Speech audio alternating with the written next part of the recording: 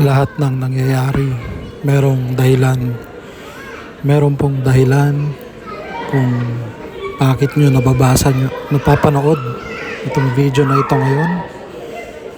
Meron pong dahilan kung bakit naririnig nyo ako ngayon. May dahilan kung bakit ito yung napili nyong panoorin. Bigla na lang bang lumabas sa newsfeed nyo o sa nakita nyo sa YouTube, nakita nyo out of nowhere, biglaan lang. May dahilan po kasi lahat ng nangyayari meron pong dahilan. At ako po ay isang OFW dito sa Abu Dhabi, sa United Arab Emirates. At ako rin po ay isang deboto ng mahal na poong Jesus Nazareno. At dahil ako po yung OFW, ako hindi makapunta sa Quiapo, hindi ako makapunta sa usual na panata tuwing Biyernes, once a week. Napagdesisyonan ko po na mag-record na lang, gumawa ng mga gantong klaseng content, video, tungkol sa mahal na poong Jesus Nazareno. At yun na lang po yung panata ko. Kaya ito po, nag-upload po ako tuwing Biyernes, araw ng mahal na Senyor, araw ng mahal na poong Jesus Nazareno, dito sa channel ko, para po sa mga kapwa ko deboto at para rin po mailapit ang mahal na poong Jesus Nazareno sa mga tao na hindi pa deboto. At yun naman po, bilang isang deboto, yun ang ating mission, yung mailapit ang mahal na Senyor sa mga tao, mailapit ang mga tao sa mahal na Senyor. Kaya ngayon po ako ay nagkukwento nga ng mga iba't ibang kwentong Nazareno. Yung iba personal na experience ko po, yung iba personal na experience ng iba, yung iba naman kwentong Biblia, yung iba naman ay kwentong santo. At yung nakikita nyo po, yan po ay sa St. Joseph's Cathedral dito sa Abu Dhabi, United Arab Emirates. Nagkaroon ho ng mini traslasyon noon. At ayan nga ho, naka-attend ako kahit papano.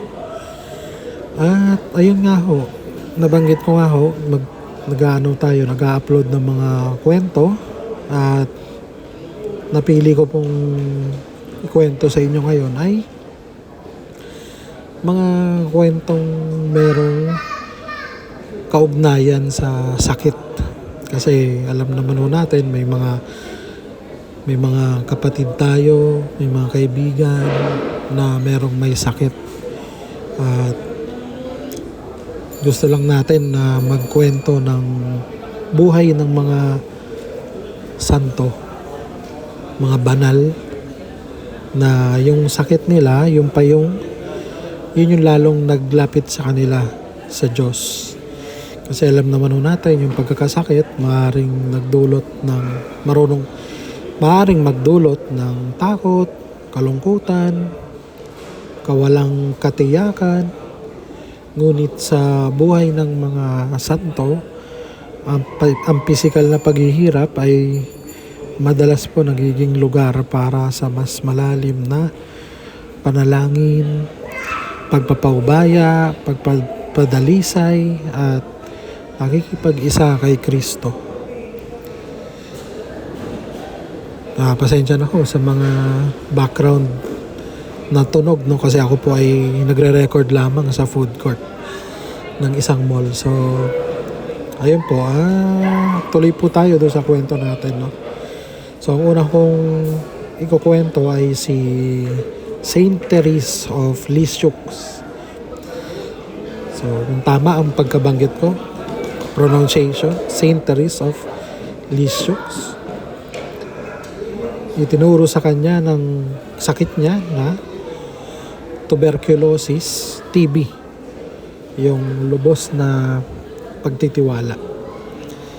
Si Saint Therese po, 23 years old pa lamang, nagsimula na siyang magpakita ng seryosong sintomas ng sakit na eventually kukuha ng kanyang buhay.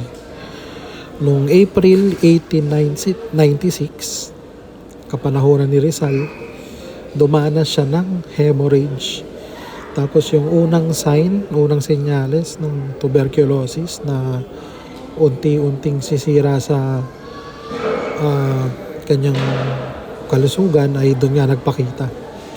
Yung pagkakasakit niya nagdulot ng matinding physical na paghihirap at malalim na pagsubok at pananampalataya.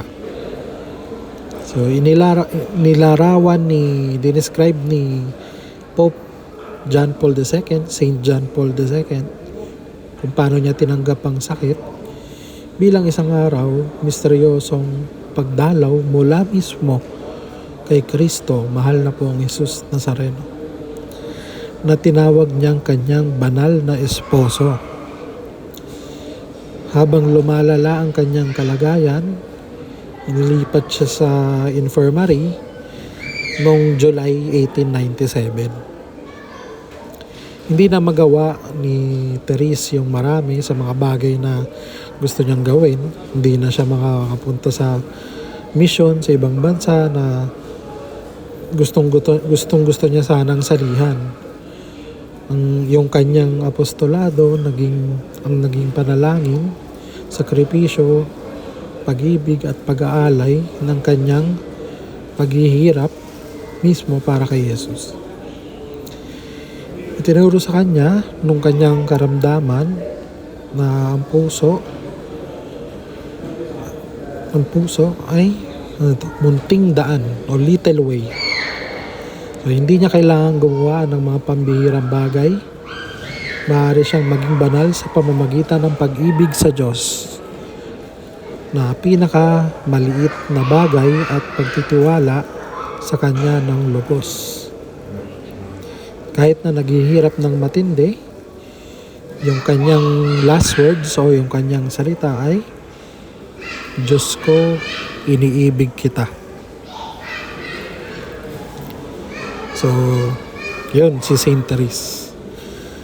So, yung isa pang example ay si Saint Faustina Kowalska.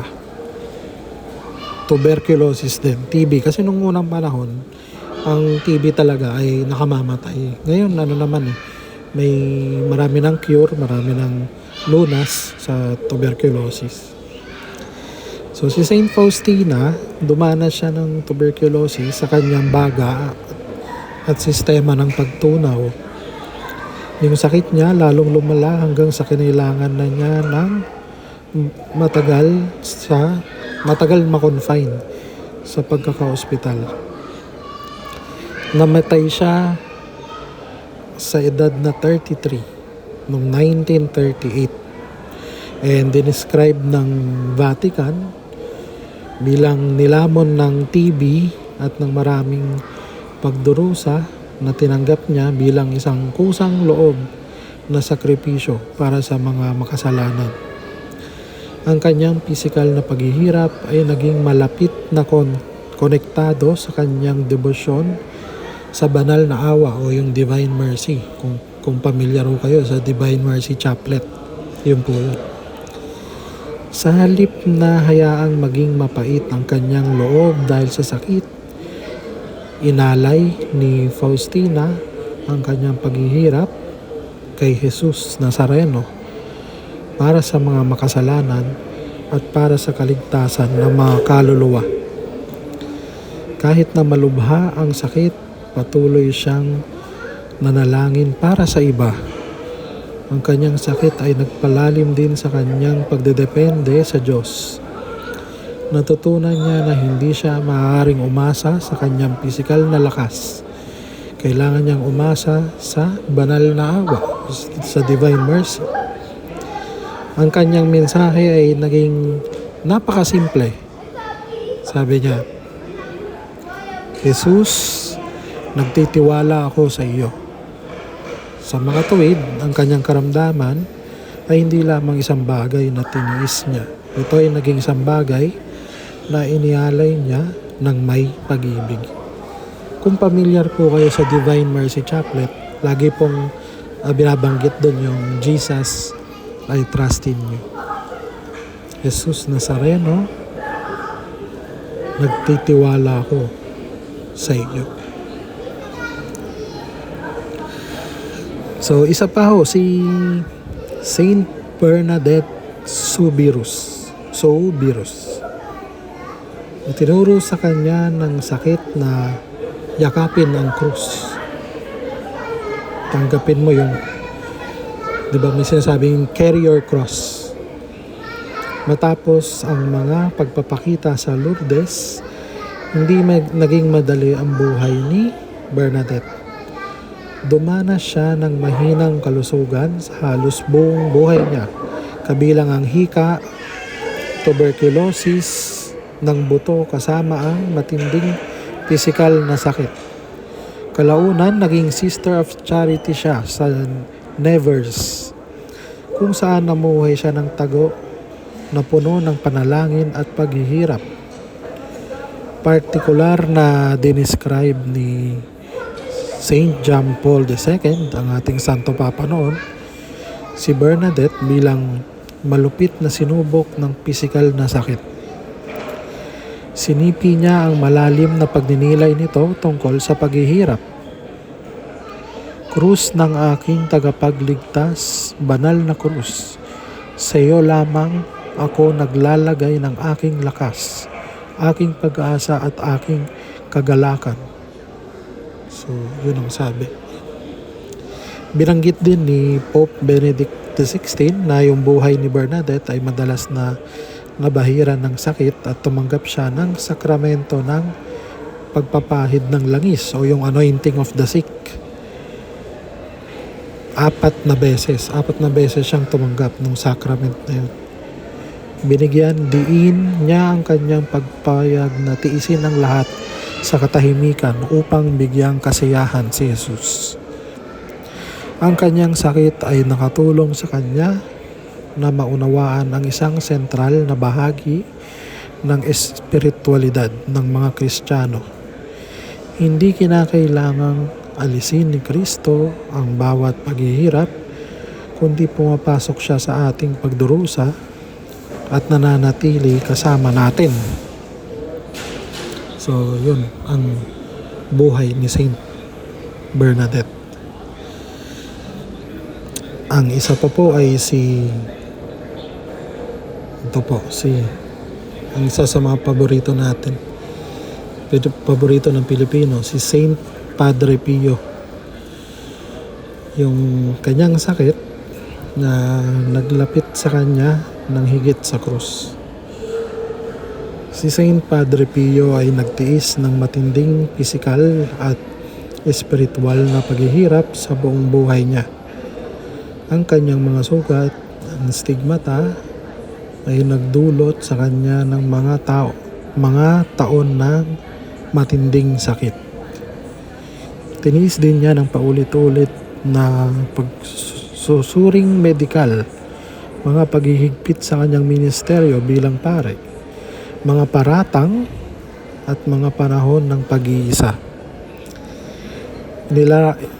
Inilarawan o dinescribe ng Vatican kung paano niya naunawaan ng maaga na ang kanyang landas ay ang landas ng krus, na tinanggap niya ng may tapang at pag-ibig.